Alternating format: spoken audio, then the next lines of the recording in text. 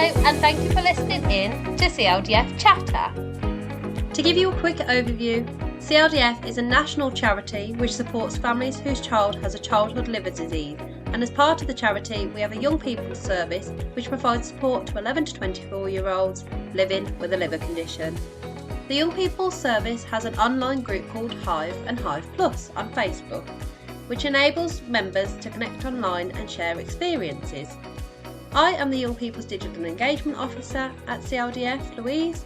Today we have Katie, who is the Young People Service intern at CLDF, and we would like to give a warm welcome To Charley, who is a young person who has been involved and supported by the charity. So Charley, do you want to tell us about yourself? Yeah, thank you for having me. So my name is Charley, I'm 22 years old, and I have a slightly unique version of Biliary Atresia. So I was diagnosed with a choledochal cyst when my mum was 20 weeks pregnant. That cyst was then removed when I was 4 weeks, and they actually found that I don't have any bile ducts. So I had a Kasai procedure when I was 5 weeks old, and then I had a second Kasai procedure when I was 9 years old. So I've been very lucky that I'm currently non-transplant.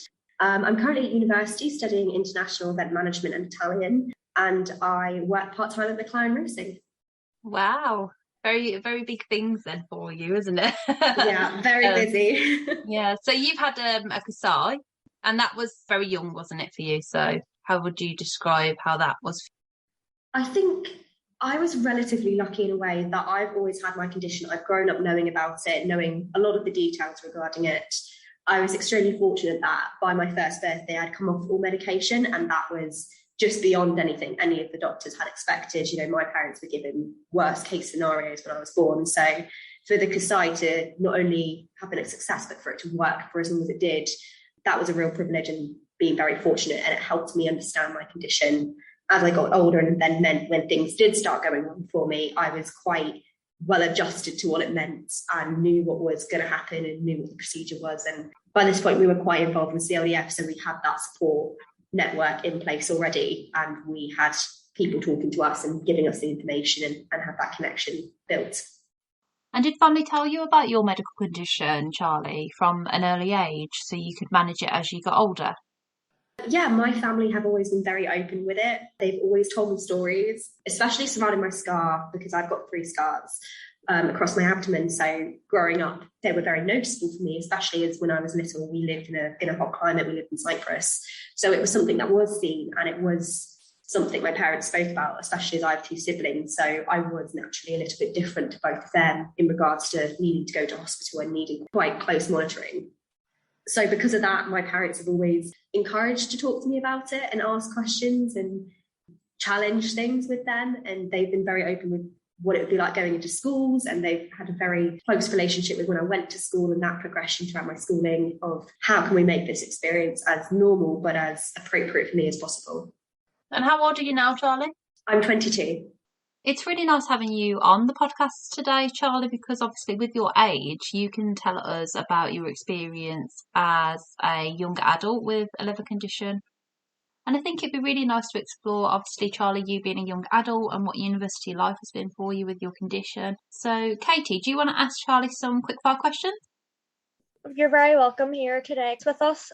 Quickfire question. Name 5 words that describe your experience of university and managing your liver condition. Yeah, so 5 words I would say is responsibility, reflection, honesty, preparation, and enjoyable. The 3 that tie together: responsibility, reflection, and preparation. I think that's a mix of self-awareness. What's my condition? How do I want to approach it in social situations? Having those conversations with my doctors about advice from them in terms of dietary. Obviously, as you get older, alcohol comes into the equation. But then honesty, I think I've been very lucky that anyone I've spoken to about my condition in my flat, within my friendship group, social groups, having that honest communication from the start, I think is really good, because they then know what your boundaries and expectations are when you are in a social situation. And it's a bit of awareness for them. They look out for you. My friends are very aware of when we go out. If they think I'm not doing so well, or if I'm feeling pressured, they're back up to support me in my decisions. Those conversations don't have to be difficult. They don't have to be scary. And managing a condition at university doesn't have to be doom and gloom. It can be enjoyable and you can still have a really good experience. It just becomes part of a conversation, which looks back to honesty. Wow, there's some really good words there, Charlie, that you've used. Thank you for sharing. And I can't wait to hear more about your university experience and your current situation with employment. So, Charlie, should we first explore what it's been like living with Biliary Atresia? It's all I've ever known. So I think for me, I've had a comfort and it's always been part of me. It's always been part of my journey. I think I'm quite fortunate that I'm not someone that's had, quote, a normal life and then at some point in their life it's then changed. I think that's a very different form of adaptation. I think there's definitely been difficulties. I'm sure many young people will understand that as children get older, kids can be mean, adults can be mean as well. Having a school understand your needs and what they need from you can be a difficult navigation as you get older. And especially in my young teenage years, kind of 10 to 16, I went through a phase where I really struggled with my condition in terms of social acceptance, my own self-acceptance, my body being different, having a scar. And as I've got older, it's, again, kind of a fear of the unknown, really. Like I said, I'm fortunate that I'm to Kasai, no transplant. But then you start entering into those conversations of, well, when will the transplant happen? And as you get older, the consequences of needing, 6 months off work suddenly become far more daunting than potentially 6 months off school. I've been very lucky that I've been healthy most of my life. I've had other complications that have almost been more problematic than the liver itself. But I've made friends through CLDF that I carry with me my whole life. I may not speak to them every day, but they are people that are arguably closer to me than the friends I'm with every day. Katie actually being one of them. We're really close outside CLDF and it is part of my identity. I don't walk up to someone and introduce myself with a liver condition, but I'm very big on that awareness. And I think proving to people that you can have a condition, you can have something chronic and life-threatening and life-changing, and you can still function in society and you can still make a difference in your life. And I think that's something that I've learned to live with my condition as I've got older. Thank you for sharing, Charlie. It is really interesting to know that your liver disease is part of you, but it doesn't define you. And I can't wait for you to tell us more about that. So as you say, Charlie, obviously as a young child, you struggled a little bit knowing that obviously you were a little bit different to other children that you went to school with. Do you think it helped obviously having CLDF around and meeting other young people similar to you? Yeah, so I actually knew a young child when we moved back to the UK. There was a baby on the military camp I lived on who also had biliary atresia, the transplant. And that was the first time I'd even realised that other people have this condition. But it wasn't until I was 10 that I went on Close to the Edge. I know it's named something different now. It's the survival camp.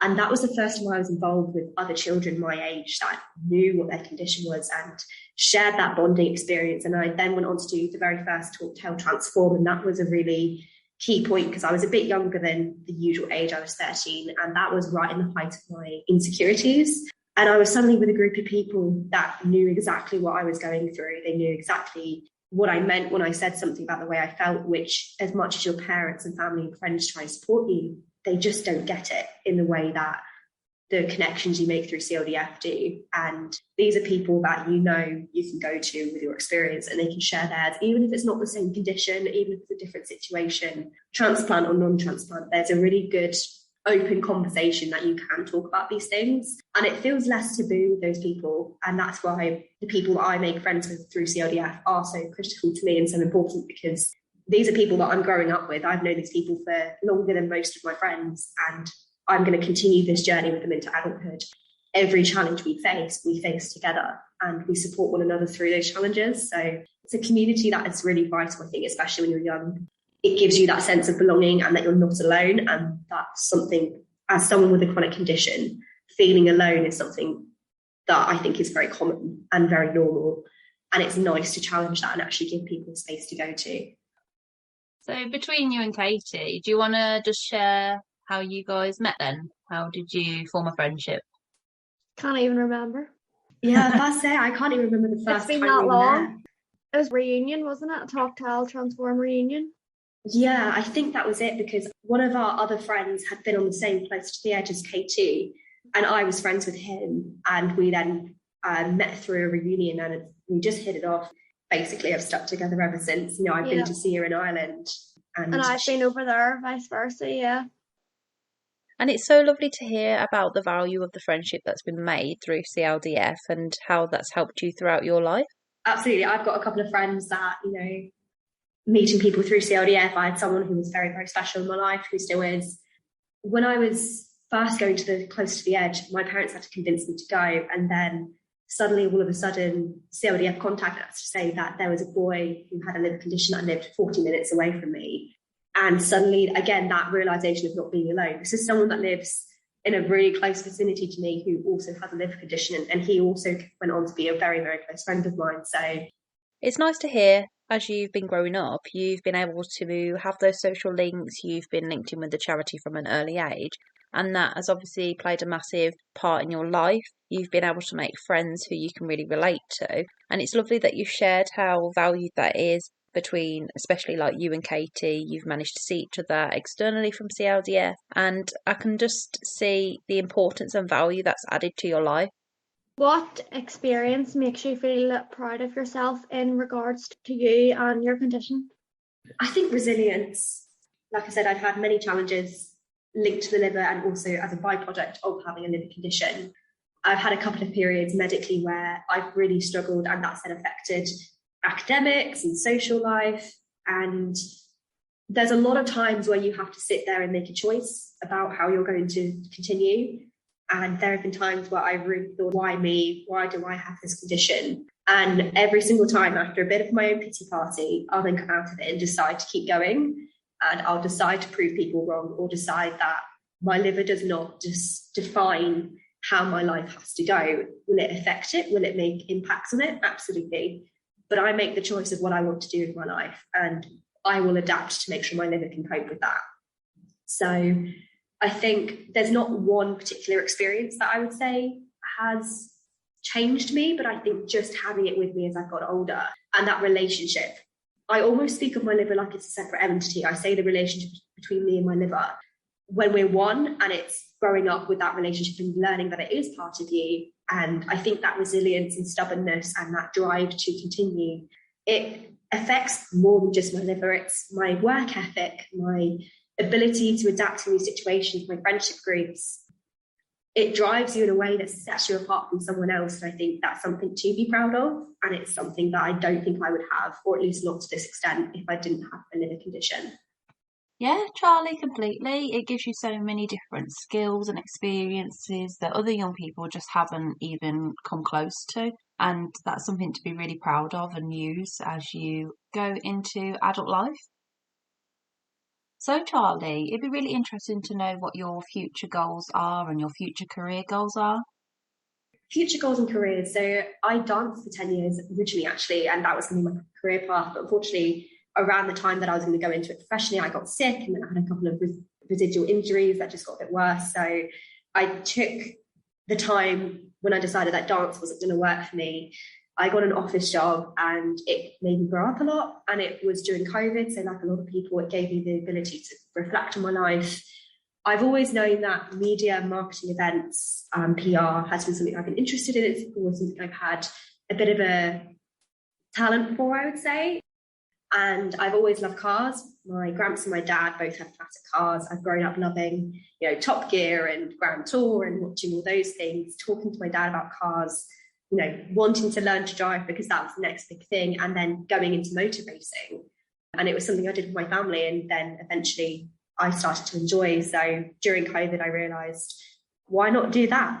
Why not pursue that and see what happens? So I joined university to kind of springboard me into connections, and I got an internship with McLaren Racing for 3 months over the summer, and they very kindly kept me on part-time as a coordinator. So hopefully that will then give me the ability to go forward in the motorsport industry and see what happens after graduation. What an amazing opportunity, though. Absolutely. Yeah. It's not what I hear of very often, so it's quite a rare one. No, it's definitely a bit more unique and quite niche, but it's fantastic. It's such an interesting industry and such a changing industry all the time, and to be part of that change is really exciting. You can lead anywhere around the world, which is the bit that I love. Have you had a go in the race cars then, or? I don't think I'd be trusted. Maybe not just yet, but maybe that's the goal. Is it a maybe goal? One day, Yes. be allowed. I can sit on a tyre of one. That's as much as I'm allowed. I don't think they let the interns drive them. I think the insurance might have a bit of a question with that. Yeah. I've been very, very fortunate. The internship itself was a fantastic opportunity, and again, it's that resilience that I spoke about earlier to find opportunity and to make the best of the situation. I chose to come to uni. I left a full-time job, left a mortgage. I remember telling my parents, right, just got a mortgage and now I'm going to go off to university and have a student debt. And I promised my parents I would make it work and I would, not go off and just have a degree for the sake of a degree. It was really just, this is going to springboard my career. And that's what I've done. And I think I did a pretty good job at it, if I say so myself. Well, Charley, it sounds like you're very much on your way to your dreams. The opportunities that are obviously being thrown at you at the moment sound amazing. Yeah, take them as they come. Obviously, you've said you're in university, and were there any concerns that you had, like when you planned to go to university? Like some of our listeners worry about keeping up with tiredness, fatigue, peer pressure, which you've spoke a little bit about, and telling people about their condition, making friends. But you got any of those concerns when you went to university? Absolutely. I had all of those concerns. I'll do the peer pressure one first because I obviously spoke about that slightly before. Again, it goes back to that finding a group of people that support you. Making friends is really scary, whether you have a liver condition or not when you go to uni. And I think the way that I approached it was we were all in the same boat. And there's so many people you're going to meet that the person that you're friends with on day one might not be the person you're friends with at the end of the year. I've had this kind of ethos throughout my life. If someone's not going to be supportive of my condition, or at least try and understand that my limitations are different to others. So, for example, going out and drinking, I'm not a big drinker. I don't really drink alcohol. If someone doesn't want to respect that and they don't want to support that, then they're not worth having as my friend because they're not actually adding any value to my life. And if they can't respect this side of me, then they shouldn't be my friend. And that's a really scary thing to decide. Once you make that leap and you make that decision, it makes making friends a lot more freeing, and it makes it a lot easier to say no to people. In regards to management and time and sickness, my second semester was really, really difficult for me. I nearly dropped out because I was going through a bit of a flare-up with my symptoms, and chronic fatigue is one of those side effects. I think the big thing is the minute you get to university is get in contact with your disability team, with your neuro team, get in touch with your personal tutor, your course leader, and have, again, those open conversations of what your limitations are and how can the university support you. At the end of the day, universities have a requirement to look after you and a requirement to put your needs at the best interest. And what can they do to offer you support? So, for example, the disability student allowance. And that's not just money, that's equipment, that's adjusted timings, having your exams in a different room or having extra time, lecturers recording their content or giving you slides beforehand. And all of those things come from having those conversations. So when those flare-ups do happen, it feels like the world is out of control. But those little things that you do can make it a little bit more bearable. And I think with regards to time management, that's something you learn. I don't think you get it straight away. I certainly didn't. You may go through that burnout quicker than other students. And I think it's being kind to yourself and allowing yourself to acknowledge that burnout and give yourself a bit of a break, because at the end of the day, the course will still be there and work will still happen. The deadlines, they can be moved. You'll still need to do them, but they can be moved and they can be adjusted. If that means that maybe you're like me, where you just need a couple of weeks of extra support, or you need 6 months, or even to take a year out, there shouldn't be a shame in doing that, because at the end of the day, you are the most important person. So I think having that ability to go in with an open mind and appreciate that there's going to be really bad times, it will help make the process a lot easier. And I've definitely found already in second year, where I've had these things in place with my university, it's made the experience a lot easier automatically. Thank you for sharing, Charley. That personal advice has been really valuable to listen to for some of our members, because a lot of our members do worry about university and what they might face and the barriers and challenges that come with it. So it's really interesting to hear your story and how you've managed your condition at university. The thing is, you're not alone. Universities have teams designed to be there for you, but there is an element of personal accountability. you need to be willing to have those conversations to start with. But again, once you do that, there are people there to help you. Yeah, there are some amazing teams you can reach out to at university. There are inclusion teams. You can go directly to your lecturer. There's disability teams. And it's just about getting involved and making yourself known to them to see what support they can offer you through your university experience. Come to think of it, there is also the Student Union. Yeah, no, Surrey have several of those services and they're always advertised. And sometimes you might need to look a bit more to find the right one for you. But again, for example, my personal tutor is like a one-stop shop. She knows exactly who to go to for everything. So if you're not sure, someone definitely will. Are you enjoying university? Loving it, yeah. It's definitely been an adjustment to come back from being in the workplace. Academically learning how to write an essay again has been a bit interesting, but it's been going well, and I'm definitely glad I took that leap of faith to leave my job and come to university. It's definitely paid off. Yeah, and along the way, I'd imagine you've probably met some new friends. Absolutely. My housemates are incredibly good friends of mine, my course mates, people I've met through societies. That's another thing. Get yourself out there and meet people. There's just the opportunity to talk to so many amazing people, and I've made a really amazing group of friends who I think I'll be close with after uni. So whilst I never thought that university was the plan for me, it's definitely worked out, and I've met some really special people through it and very grateful for the experience. So how have you found living independently at university then, Charley? Definitely an adjustment. You suddenly don't have your parents to do everything for you. I think I was quite independent before leaving home, but again, it just is a bit extra self-responsibility and self-awareness.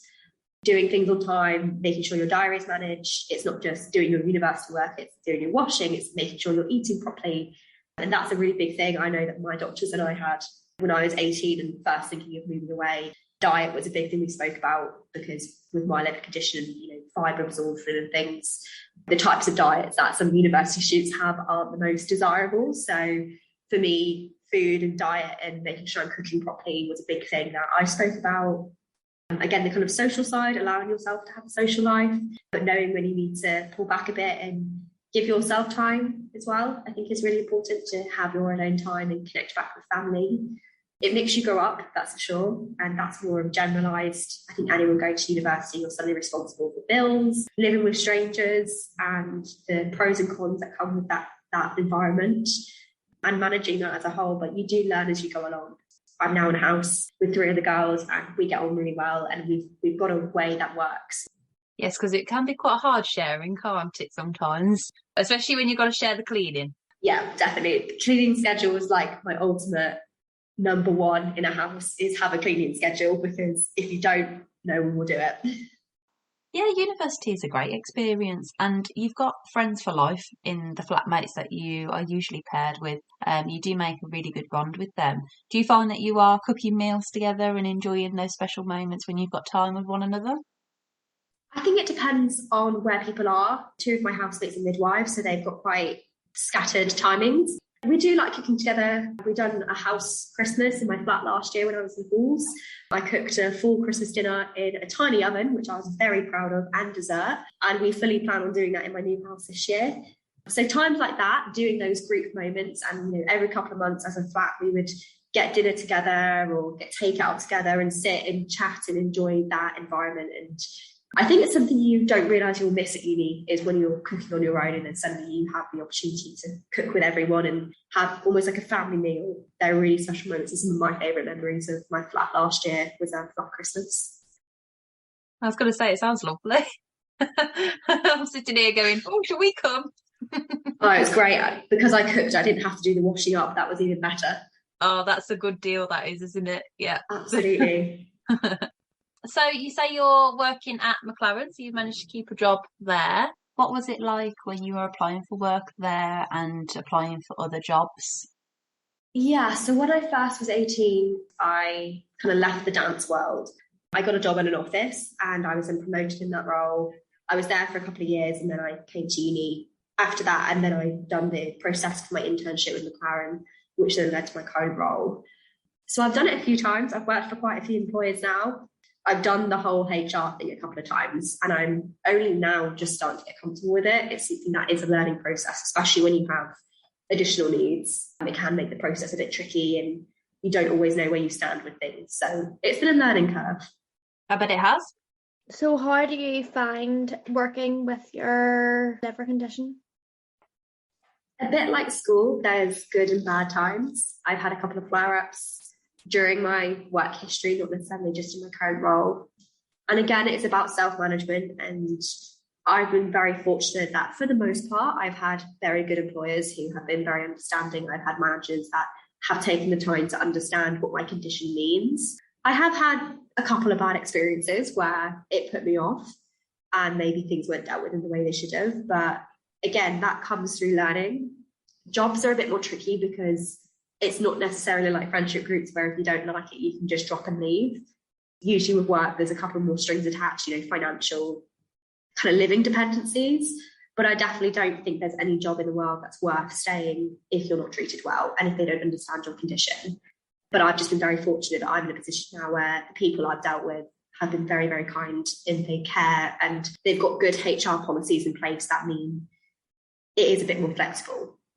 Nice to hear that you found somewhere where you feel protected as an employee and you have a really good relationship with your current employer where you feel comfortable and happy at work. Definitely. Whilst I don't think COVID will ever be a good thing, the only silver lining to COVID, I think, is employers have realised that something like working from home and the flexi working can be successful. A lot of employers are offering flexible working because they've realised it can work. And for someone with a chronic condition, for me, flexible working has been a godsend. It meant that the days that haven't been so good and the days that I've not been so well, I can still do my job and I don't have the pressure of getting into the office. Yeah, it is nice, isn't it? There are jobs now available, more so after COVID, that allow you to do the hybrid working and the working from home in general. Just you can work from home full time now in some roles, can't you? When we had another young person on a podcast before, they were discussing how the same again, if you're not feeling well, at least you can still work, keep your mind busy and active at home, but you're resting. Yeah, Also. absolutely. I've definitely been told off a few times where I've been working and I definitely shouldn't have been. But again, that comes from the work ethic of wanting to prove that you are more than just your condition. And I think that's something I've always said to my employers of, I understand there is an element of risk with me, of I may not always be 100%, but you can guarantee when I'm there, I am 100% and I'm working as hard as I can. And the results that you get from my work are where they should be to an excellent standard. So even on those days where I'm maybe not 100%, I'm still doing a good job. And that may not always be a good thing because it can lead to burnout, but I think it gives employers a reassurance that you are committed. It opens up the opportunity to be more open and honest with your employer and to have those conversations of if you've had a bad day, they then understand why.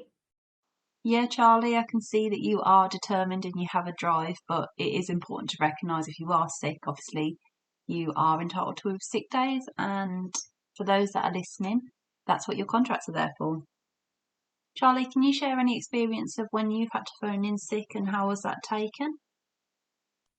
Yeah, like I said, I have had a few bad experiences. I had one particular employer that just wasn't very receptive to when I was sick, especially as over winter, for example. You can probably tell I've got a cold. I pick up colds really easily because I've got a compromised immune system. So there have been times where I've not had such a great reaction, but I think as I've developed further into my career and I've built a more credible history, I do get better reception. Is it good to give notice? Absolutely. If you can give that notice, do so. Or if you think that this one day of sickness is going to turn into longer, I think you do need to share that with your employer. But life happens. You can some days wake up and you're really sick and there's nothing you can do about it. In the nicest way possible, your employer just has to accept it. If it's more of a medical based thing when you're going into hospital, again, having a bit of open communication. To an extent, you don't need to tell your personal life. You don't need to tell every personal detail that a doctor tells you. But having that openness with them, they usually are more receptive to you.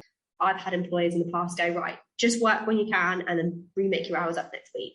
Or if I have to leave early for a doctor's appointment, I just won't take my lunch break and they won't dock my hours because I'm still doing the work. So it gives you a bit more flexibility to work with them, especially around hospital appointments or you're taking medication that might affect you during the work hours. It just makes life a bit more smooth for you.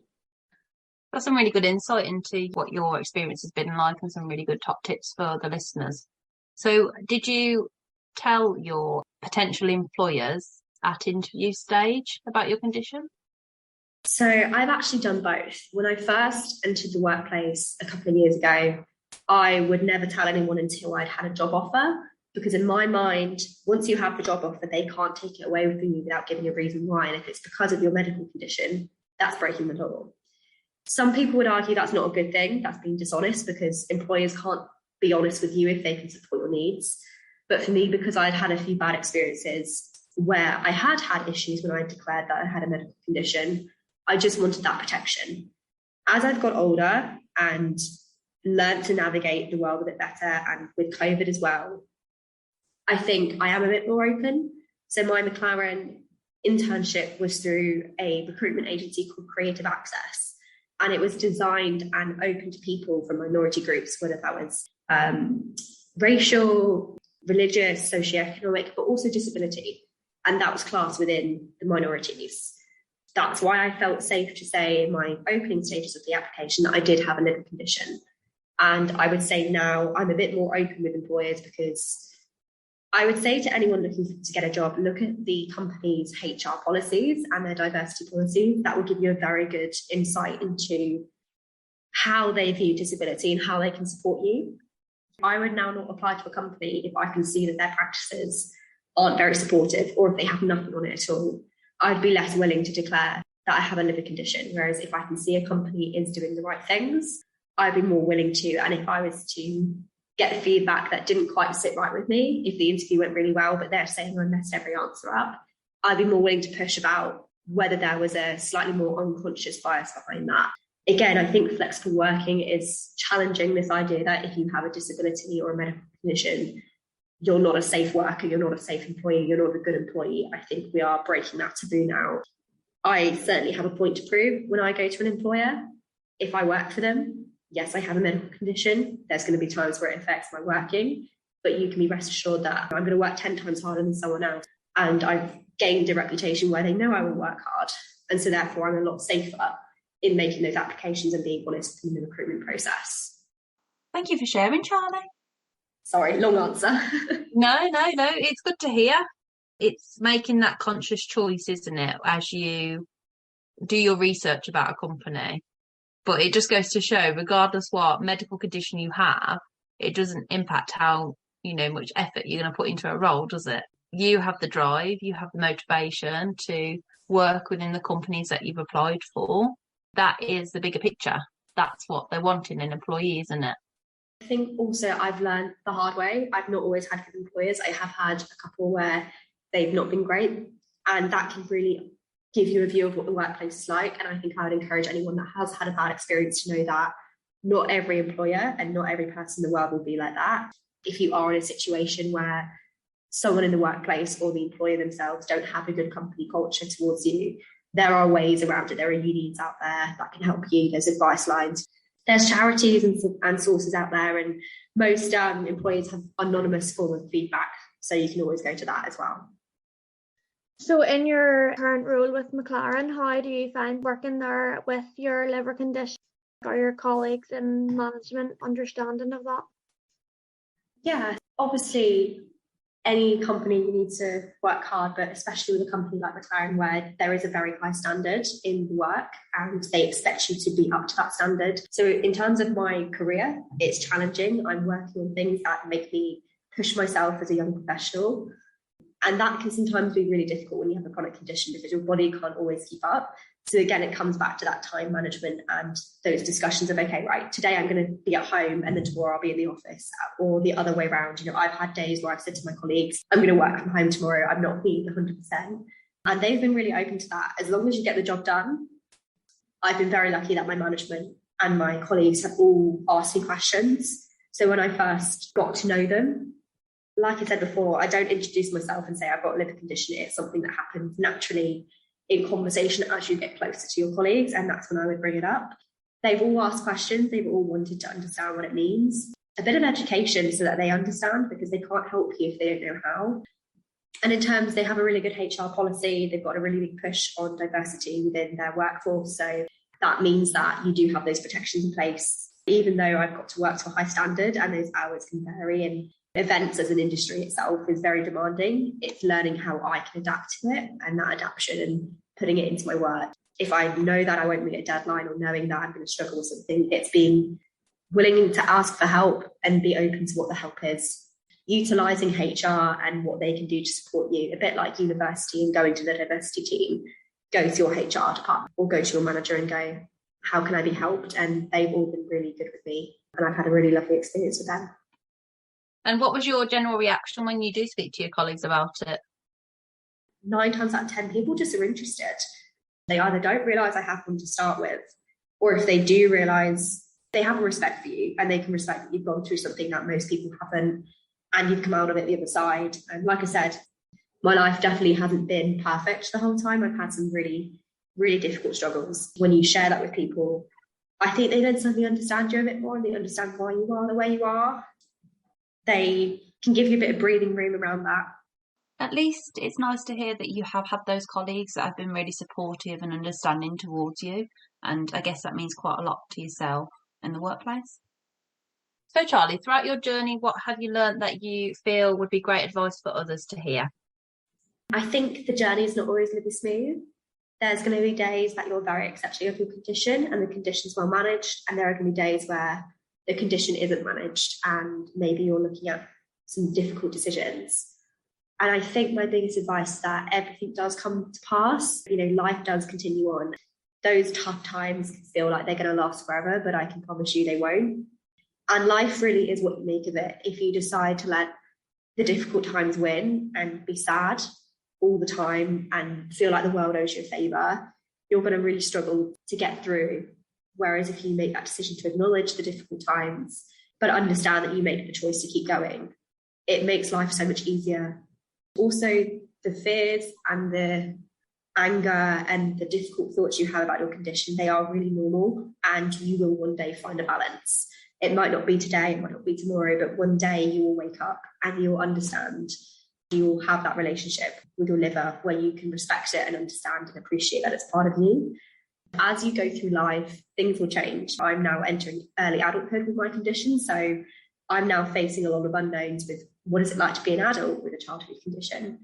But it is just part of the process, and you just have to take it as it comes. If it comes, it's not great, you'll deal with it. You'll have people around you that can, and you'll have times where it's a lot better than expected. Like I said before, your liver is a part of you. It's not something to be ashamed of, but it also doesn't define you and what you can achieve in your life. Do you have to adapt? Absolutely. But it does not limit you in your possibilities in your future. Thank you. That's so lovely. It's an honest representation, isn't it, Charley? You've said, sometimes it can be difficult, and it's great that you've acknowledged that, but you use your resources, you use your support network around you, and it's lovely that you've mentioned that. So thank you for today. Thank you for coming on and having the time, obviously, to talk about your journey and your experience. It's been lovely to hear all about it. Yeah, we wish you all the best with your journey with McLaren and at university. So it'd be lovely to catch up maybe again, like in the future. We'll see where you are. Yeah, definitely. Thank you so much for having me and giving me the chance to talk. No, it has been our pleasure, and I'm sure you and Katie will be catching up in between all of this anyway. So, absolutely. We're overdue a visit with each other, so... Oh, there might be a future visit then. That's good to hear. But yes, thank you very much. For those that are listening in, it's lovely that you've joined us on CLDF Chatter. I am the Young People's Officer, so if you do need any support from listening to this podcast, or there's any concerns that you may have or advice that you might need, please do contact us on Hive, our online Facebook group chat, or you could email ypo@childliverdisease.org, or alternatively you can call us on 0121 212 3839, and we look forward to hearing from you.